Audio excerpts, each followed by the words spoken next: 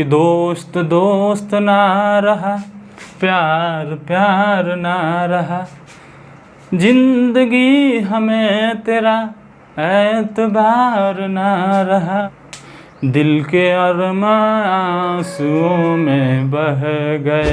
वक्त से लड़कर जो अपना नसीब बदल दे, इंसान वही जो अपना तकदीर बदल दे। वक्त से लड़कर जो अपना नसीब बदल दे, इंसान वही जो अपना तकदीर बदल दे। कल क्या होगा ये कभी मत सोचो, क्या पता कल खुद अपना तस्वीर बदल दे। तो ये आप लोग ज़्यादा कल का टेंशन में रहिए, वर्तमान में जिए। हो सकता है कल आपका खुद मौका दे और कल आप कुछ बेहतर कर जाए। तो आज मैं बहुत ही बेहतर टॉपिक आपके सामने लेकर आए हैं, नेफ्रॉन, जो हमेशा 5 नंबर का पूछा जाता है। आपके लिए बहुत ही महत्वपूर्ण, बहुत VVI है। और ये बच्चों के लिए लगता है कि थोड़ा बड़ा टॉपिक है, तो हम उसको बहुत ही आसान तरीक़ा से समझाने का प्रयास किएंगे और बहुत बेहतर तरीक़ा से मैं इस वीडियो में बताने वाला हूँ आपको। वीडियो के साथ बने रहिएगा। तो मैं हूँ राहुल जैक, आप सभी का स्वागत करता हूँ अपने यूट्यूब चैनल एसओ क्लासेस पे। तो आइए पहले नेफ्रॉन पे बात करते हैं। मैंने फिगर बना दिया है, फिगर वाला वीडियो अगर आपने नहीं देखा तो लिंक डिस्क्रिप्शन में है, आप सभी देख लीजिएगा, ठीक है। तो सबसे पहले वही डाले थे हम। तो ये बात है कि मान लीजिए कि ये नेफ्रॉन का फिगर है, पहले से बना दिए हैं हम। तो नेफ्रॉन क्या है, अब बात पहला आता है कि नेफ्रॉन क्या है। तो पहला बात आता है कि नेफ्रॉन क्या है। तो नेफ्रॉन को दूसरा नाम ब्रिकाणु भी कहते हैं। ब्रिकाणु क्यों कहा जाता है ब्रिकाणु? अच्छा, ब्रिकाणु इसको और कहा जाता है, और क्या कहा जाता है? ब्रिक नलिका, ब्रिक नलिका। इसको निस्यंद एकक भी कहा जाता है, बहुत सारा नाम है। निस्यंद एकक, निस्यंद एकक। तो ऐसा सब इसी का नाम है, ठीक है। नेफ्राणु, ब्रिकाणु, ब्रिक नालिका, निस्यंद, ऐसा कहा जाता है। ये भाग कहाँ का? इससे पहले कुछ चीज़ें हम लोगों को पढ़ना पड़ेगा। ये भाग कहाँ का है? आप सभी जानते हैं कि हमारे पेट में, गुर्दा के पास यहाँ पे 2 किडनी होते हैं, जिसे ब्रिक कहा जाता है। ब्रिक किसे कहते हैं? ब्रिक जो है, ब्रिक, इसी को कहा जाता है किडनी। तो हम लोग इधर भाषा में किडनी को किरनी लोग कहते हैं। बताइए तो किरनी कहाँ है, किडनी कहाँ है? तो किडनियाँ निकल गुल कहता है, किडनियाँ खराब हो गया का, फलना किडनी खराब हो गया, कहा है दारू पियत रहे। हो सकता है दारू पीने से, जरूरी थोड़ी दारू पीने से होता है, ऐसे भी हो सकता है, ठीक है। दारू पीने से या शराब तो ज़्यादातर लीवर खराब होगा। सबसे पहले तो लीवर खराब होगा, नशा कर रहे हैं गांजा वाला तो वो फेफड़ा खराब होगा। किडनी तो बाद में आता है, किडनी भी लेकिन खराब होता है, ठीक है। तो ब्रिक पहले बताते हैं, ब्रिक क्या है। तो हमारे प्रत्येक व्यक्ति में 2 ब्रिक होते हैं और ये सेम के बीच के आकार के होते हैं। 2 ब्रिक होते हैं जो सेम के बीच के आकार के होते हैं। तो ये सेम के बीच के आकार के प्रत्येक ब्रिक होते हैं हम लोगों के पास, और इससे 2 नालिका निकलती है, जिसे क्या कहा जाता है? जिसे मूत्रवाहिनी कहा जाता है। ये सब चीज़ें पहले जानना जरूरी है भाई, तब ना जानेंगे। और मूत्रवाहिनी जाकर किससे मिलती है? तो मूत्राशय से जाकर मिलती है। किससे मिलती है? मूत्राशय से जाकर मिलती है। तो ये है मूत्राशय, तो ये जानना पहले जरूरी है। मूत्रवाहिनी जाकर कहाँ मिलती है? मूत्राशय से, इसको कहा जाता है मूत्राशय। ये 2 ब्रिक हैं हम लोग। यहाँ से ये जो जहाँ से खुलता है इसको हीलियम कहते हैं, चाहे हाइलम कहते हैं। इसको क्या कहते हैं? हाइलम। जहाँ से मूत्रवाहिनी निकलती है, ये मूत्रवाहिनी है, मूत्रवाहिनी। पहले ये जानना बहुत ज़रूरी है, तब हम आएंगे इस पे, ठीक है। नेफ्रॉन पे तब आएंगे हम। इसका फिगर बहुत बनाना जरूरी है। जो फिगर बनाना जानता है वो लगभग सब चीज़ें समझ जाएगा, ठीक है। अब देखिए, इसके अंदर ऐसे ऐसे होता है। ये डबल भित्ति से घिरा रहता है। ये क्या है? डबल ब्रिक है। ये भी घिरा रहता है, ठीक है। और इसके अंदर भी वैसा आकृति होता है। इसी में तो सब नेफ्रॉनवा रहता है। तो ये जो बाहर वाली भित्ति है इसको कॉर्टेक्स कहते हैं। इसको क्या कहते हैं? कॉर्टेक्स। और ये जो अंदर वाली भित्ति है इसे मेडुला कहते हैं। ये दिख रहा है बाबू, इसे मेडुला कहा जाता है, ठीक है। तो ये है क्या? ये अभी लिखे नहीं हम। किडनी है, किडनी जिसे क्या कहते हैं? ब्रिक है। तो ये हमारे बताने का क्या है? यहाँ से मूत्र निकलने का, ये मूत्र मार्ग से जुड़ा रहता है, मूत्र मार्ग से जुड़ा रहता है। ये मूत्र मार्ग है नहीं, ये अंदर का चीज़ है, अंदर से जुड़ा रहेगा, मूत्र मार्ग से ये जुड़ा रहता है। मूत्राशय यहाँ पे आकर स्टॉक होता है। मूत्र क्या होता है? स्टॉक होता है। आइए बताते हैं अब क्या है। तो ये जो है कॉर्टेक्स है, ये ब्रिक है, ये किडनी है दोनों। तो आते हैं अब नेफ्रॉन पे। नेफ्रॉन क्या है भाई? तो हमारे प्रत्येक वृक्क में दो वृक्क बना है ना यहाँ पे, प्रत्येक वृक्क में लगभग अनेकों कुंडलित लंबी नलिकाएं होती है। हमारे प्रत्येक वृक्क में अनेकों लंबी कुंडलित नलिकाएं होती है, जिसे वृक्क नलिका या नेफ्रॉन कहा जाता है, जिसे वृक्क नलिका या नेफ्रॉन कहा जाता है। नेफ्रॉन का परिभाषा हुआ। अतः हम कह सकते हैं प्रत्येक जब बहुत सारे वृक्क, इसका मतलब कि नलिकाओं से बना है वृक्क, अतः हम कह सकते हैं कि वृक्क के क्रियात्मक और संरचनात्मक इकाई को नेफ्रॉन कहते हैं। अतः नेफ्रॉन वृक्क की क्रियात्मक और रचनात्मक इकाई है, ये हम कह सकते हैं। क्योंकि बॉडी किससे बना है? कोशिका से बना है। तो कोशिका कैसे कहते हैं? शरीर के या सजीवों के क्रियात्मक और रचनात्मक इकाई को कोशिका कहते हैं। वैसे ही जब ये बना है अनेकों लंबी कुंडलित नलिकाओं से, तो उसे क्या कहेंगे कि ये नलिकाओं का स्वरूप है, यानी कि इसका इकाई है नलिका, और नलिका को वृक्क नलिका या नेफ्रॉन कहते हैं। यही तो है बात। तो प्रत्येक, अब आता है पैराग्राफ चिन्ह करके लिखेंगे कि प्रत्येक वृक्क में, एक वृक्क में लगभग 10 लाख नेफ्रॉन होते हैं। एक वृक्क में 10 लाख। तो दोनों वृक्क में कौन हो गया हो? दोनों वृक्क में 20 लाख। बहुत छोटा छोटा होगा तभी ना। तो यानी कि 10 लाख एक वृक्क में नेफ्रॉन होते हैं। अब नेफ्रॉन की संरचना क्या है? ये दूसरा आ गया कि संरचना में लिखेंगे क्या? ये तो हो गया। नंबर लिखते हैं संरचना, बोल के समझाएंगे हम। संरचना आपको लिखा हुआ आएगा, कोई बात नहीं है। संरचना ये हो गया यहाँ से, ठीक है। तो संरचना, आइए संरचना पे आ जाइए। अब यहाँ पे संरचना मतलब होता है कि उसकी कैसी बनावट है, ठीक है। बनावट क्या है? तो लिखेंगे कि प्रत्येक वृक्काणु या प्रत्येक नेफ्रॉन, वृक्काणु या नेफ्रॉन इसी का नाम है। प्रत्येक नेफ्रॉन एक प्याली नुमा कप की आकृति जैसे रचना से शुरू होते हैं, जिसे क्या कहा जाता है? बोमेन संपुट कहा जाता है। जिसे क्या कहा जाता है? बोमेन संपुट या बोमेन कैप्सूल, इसी का नाम है बोमेन संपुट। प्रत्येक नेफ्रॉन एक कप की आकृति, कप के नहीं दिख रहा है वैसे, कप की आकृति जैसे रचना से शुरू होता है, जिसे क्या कहा जाता है? बोमेन संपुट या बोमेन कैप्सूल कहा जाता है, ठीक है। तो ये होता है अब कि बोमेन संपुट में एक अभिवाही धमनी आकर खुलती है। अभिवाही धमनी आकर क्या होती है? खुलती है, जो अनेकों छोटी छोटी नलिकाओं में विभक्त होकर एक कोशिका गुच्छ का निर्माण करती है, जिसे केशिका गुच्छ कहते हैं। ये कोशिका गुच्छ नहीं है, ये केशिका गुच्छ है, ठीक है। ये केशिका गुच्छ कहते हैं। माने कि एक बोमेन संपुट में एक अभिवाही धमनी आती है, जो अनेक पतली नलिकाओं में विभक्त होकर एक केशिका गुच्छ का निर्माण करती है, एक मतलब केशिकाओं का समूह का निर्माण करती है, जिसे केशिका गुच्छ कहा जाता है। ये रक्त को छानने का कार्य करता है, ठीक है। इसी से रक्त छाना जाता है। अच्छा, अब अगला है कि यही कोशिका संयोजित होकर पुनः अपवाही धमनी के रूप में बाहर निकलती है, बोमेन संपुट से बाहर निकलती है। अच्छा, अब देखते हैं केशिका गुच्छ कहते हैं इसे। केशिका गुच्छ एक और नाम है, बहुत फेमस नाम, यही सब लोग को चलते, गोलमेरुलस, इसे गोलमेरुलस कहते हैं ना, इसे गोलमेरुलस, केशिका गुच्छ या गोलमेरुलस कहते हैं। बोमेन संपुट से एक पतली लंबी नालिका निकलती है, संबलित नालिका निकलती है। कितना? तो लगभग इसका लंबाई है आपका 12 से 24 mm। बोमेन संपुट के निचले भाग से एक पतली संबलित नालिका निकलती है, जिसके लंबाई क्या है? 12 से 24 mm होता है, जो आगे चलकर एक पतला लूप बनाती है। इसे संबलित नालिका कहते हैं। क्या कहते हैं बबुआ? इसे संबलित नालिका,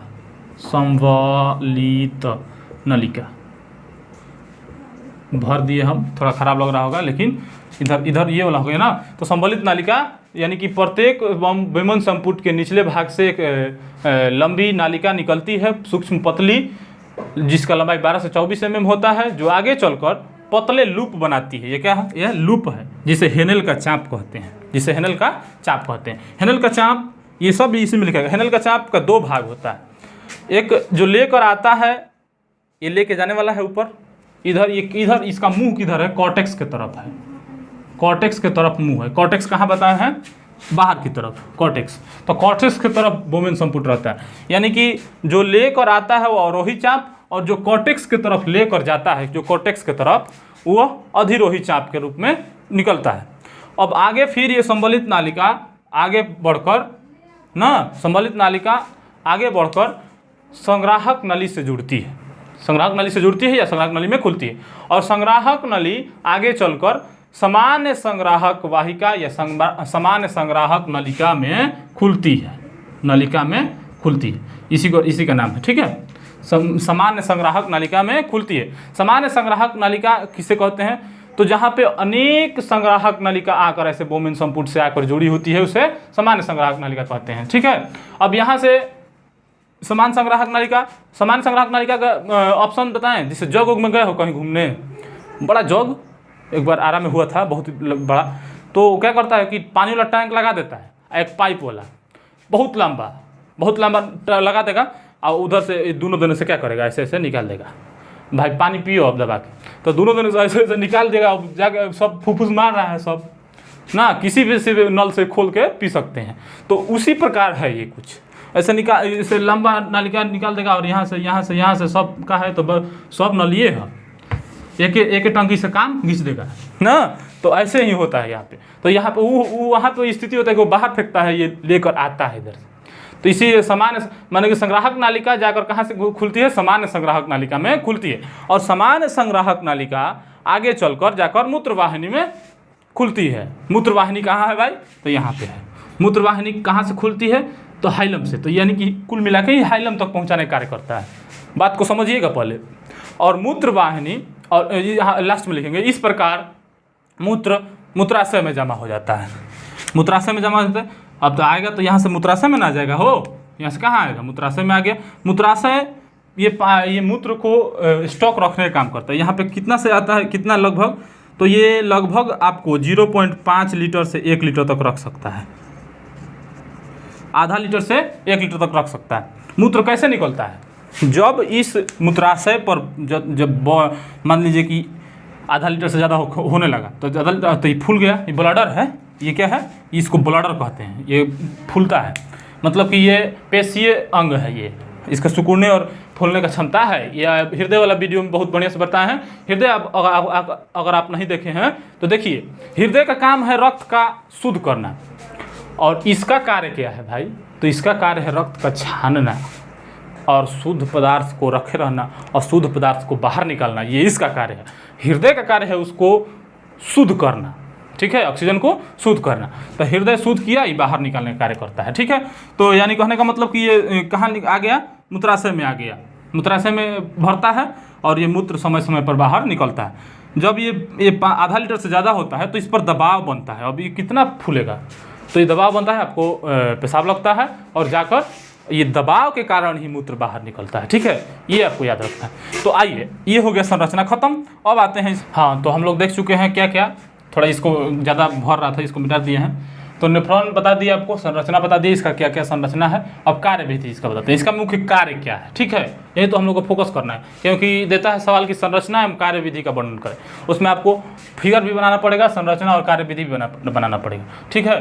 तो यानी कहने का मतलब कि आइए कार्य विधि।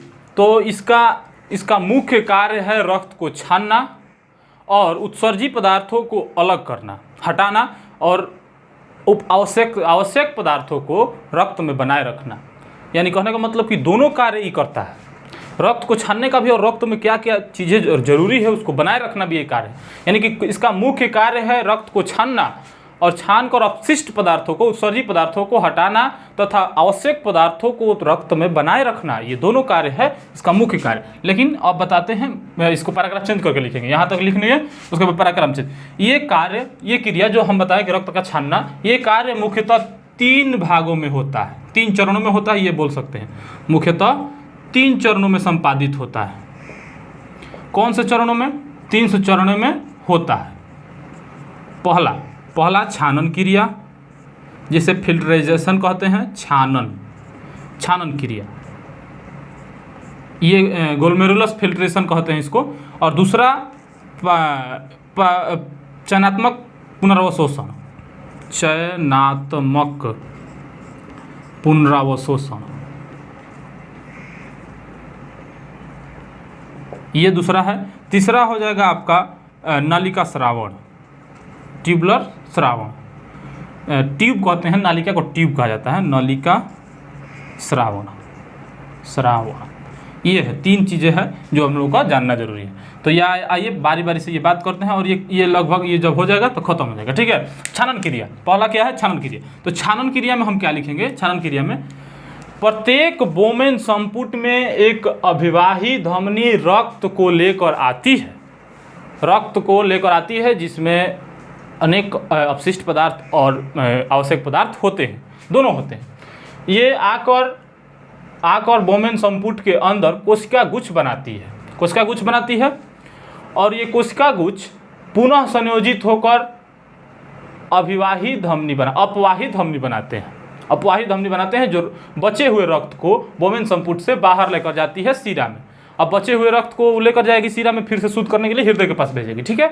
यानी कि ये यहाँ पर लेकर आती है, अभिवाही धमनी का काम है लेकर आना, और अभिवाही धमनी का व्यास यहाँ पे लिखेंगे, और अभिवाही धमनी का व्यास अपवाही धमनी से अधिक होता है, जिसके कारण कोशिका गुच्छ में रक्त पर अधिक दबाव पड़ता है, क्योंकि व्यास उसका अधिक है।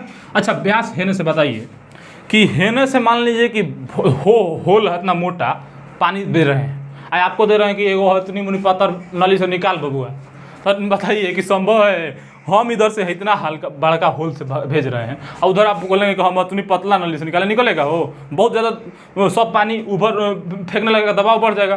तो इधर से मोटा आ रहा है, इधर से पतला निकल रहा है, तो बात समझ में आ रहा है आप लोगों को? तो यहाँ पर ऐसे ही दबाव बनेगा, यानी कि अभिवाही धमनी का व्यास अपवाही धमनी से मोटा होता है, जिसके कारण कोशिका गुच्छ में रक्त पर दबाव बढ़ जाता है, और इस प्रकार छानन की क्रिया कोशिका गुच्छ में उच्च दाब पर संपन्न होती है छानन की क्रिया। रक्त छाना गया, तो रक्त से ये अब छानने के बाद रक्त में बहुत सारे आवश्यक चीज़ें भी रख जाती है, छानने के बाद आवश्यक चीज़ें भी रह जाता है, ग्लूकोज, अमीनो अम्ल, और जैसे यूरिक एसिड रह जाते हैं। तो अब देखिए अब क्या होता है, अब यहाँ पे चयनात्मक ये क्रिया का काम समाप्त। अब चयनात्मक पुनरावशोषण यहाँ पे लिखते हैं। तो छानन क्रिया के बाद जैसे ही, अब देखिए छानन क्रिया के बाद जो बचा ना अब रक्त, अब यहाँ से जो छन के आया है, अब उसको रक्त नहीं कहा जाता है, अब उसको निस्यंद कहा जाता है। अब देखिए बबुआ, तो यहाँ पे एक गाना याद आता है हमको, निस्यंद कहते हैं कि अब यहाँ से मूत्र बनने का कार्य स्टार्ट हो गया, ठीक है, मूत्र, इसको निस्यंद कहते हैं, अब इसको रक्त नहीं कहा जाता है। इस पर गाना याद है कि दोस्त दोस्त ना रहा, प्यार प्यार ना रहा, जिंदगी हमें तेरा एतबार ना रहा।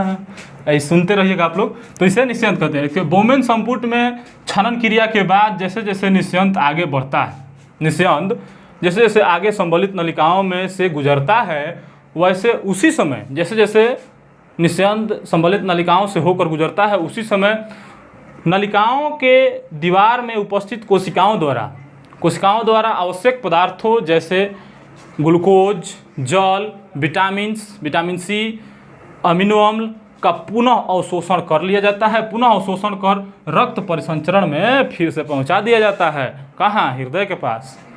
तो यह इस संपूर्ण क्रिया को चयनात्मक पुनर्अवशोषण कहा जाता है, और यह क्रिया प्रासरण द्वारा संपन्न होती है। प्रासरण और विसरण ये आपका 9th क्लास का भी टॉपिक है। जैसे किशमिश का फूलना प्रासरण है। प्रासरण ऐसे समझिए कि जब कोई पदार्थ है, जल भी पदार्थ है, यानी कि द्रव से ठोस की ओर गमन करने लगे, अपने से सघन माध्यम में गमन करने लगे, तो उसे प्रासरण कहते हैं। जल पहले ढीला था और किशमिश में घुसने लगा, तो किशमिश तो मोटा है ना भाई, सघन माध्यम है ना, तो ये क्या होगा? प्रासरण होगा। इसमें जल है, ये क्या है? ये नली है, तो ये नलिका तो मोटा है, तो प्रासरण द्वारा इसमें क्या होता है? अवशोषण कर लिया जाता है। तो ये क्रिया प्रासरण द्वारा संपन्न होती है। ऐसे हो जाए। ये तो हमको कुल मिला के जानते हैं क्या लगता है? कुल मिला के लगता है कि ये गाना है कि दिल के अरमां आंसुओं में बह गए। तो दिल में जो, हृदय में जो रक्त शुद्ध हुआ था, वो अब क्या कर रहा है? बाहर आया ना। तो दिल के शुद्ध रक्त नेफ्रॉन द्वारा बह गए, ऐसे होता है ना जी। तो ऐसे कुल मिला के वही है ना कि दिल के अरमां आंसुओं में नहीं मूत्र बन के बह गए। तो देखिएगा आप लोग, देखिए तो नालिका श्रवण में तो चयनात्मक पुनर्वशोषण के बाद नलिकाओं द्वारा कभी कभी चयनात्मक पुनर्वशोषण होते रहता है, और कभी कभी क्या होता है, चयनात्मक पुनर्वशोषण हो गया तो चयनात्मक पुनर्वशोषण के बाद नलिकाओं द्वारा कभी कभी कुछ उत्सर्जित पदार्थ कुछ मतलब ये छोड़ता है। अरे भाई कुछ लेता है तो कुछ छोड़बे करेगा का हो, तो ये कुछ अवशोषित करता है कुछ छोड़ेगा। यानी कि चयनात्मक पुनर्वशोषण के बाद नलिकाओं द्वारा कुछ उत्सर्जित पदार्थ स्रावित होते हैं, उसमें उसके पास जो भी खराब चीज़ें है वो कहता है भाई ले जाओ, ले जाकर फेंक देना बाहर, तो वो देने काम करता है, यानी कि सब दे देता है। तो चयनात्मक पुनर्वशोषण के बाद नलिकाओं के कोशिकाओं द्वारा कुछ उत्सर्जित पदार्थ होते हैं जो किस में मिल जाते हैं, निस्यंद में मिल जाते हैं। किस निस्यंद मूत्र है, यहाँ से मूत्र बन गया, उसी को निस्यंद कहा जाता है। ये रक्त नहीं रहा है, रक्त न रहा तो निस्यंद हो गया ना, तो निस्यंद में मिल जाते हैं और इस निस्यंद को अब मूत्र कहा जाने लगता है। यानी कुल क्रिया इसमें अब होता है ना, यहाँ से लगभग अब ये सब मिल जाएगा, यहाँ से निस्यंद में मिल जाएगा तो इसे मूत्र कहा जाएगा। अब इसमें जो बह रहा है ये मूत्र बह रहा है ना, यानी कि निस्यंद में मिल जाते हैं तब इसे मूत्र कहा जाता है, और संग्राहक वाहिका उसे मूत्रवाहिनी में पहुंचा देती है, और इस प्रकार मूत्राशय में चला जाता है। जहाँ मूत्राशय यहाँ पे बनाए थे पहले, मूत्राशय ब्लाडर मूत्राशय में चला जाता है, जहाँ से मूत्र को समय समय पर बाहर निकाल दिया जाता है। तो ये हुआ पूरी इसका संरचना और कार्यविधि। हम उम्मीद करते हैं कि आपको ये बहुत अच्छा से समझ आया होगा। तो चलिए मिलते हैं किसी नेक्स्ट वीडियो में नए अंदाज के साथ और नए किसी टॉपिक के साथ। आप सभी हमारे साथ बने रहिए और सीखते रहिए। धन्यवाद। जय हिंद।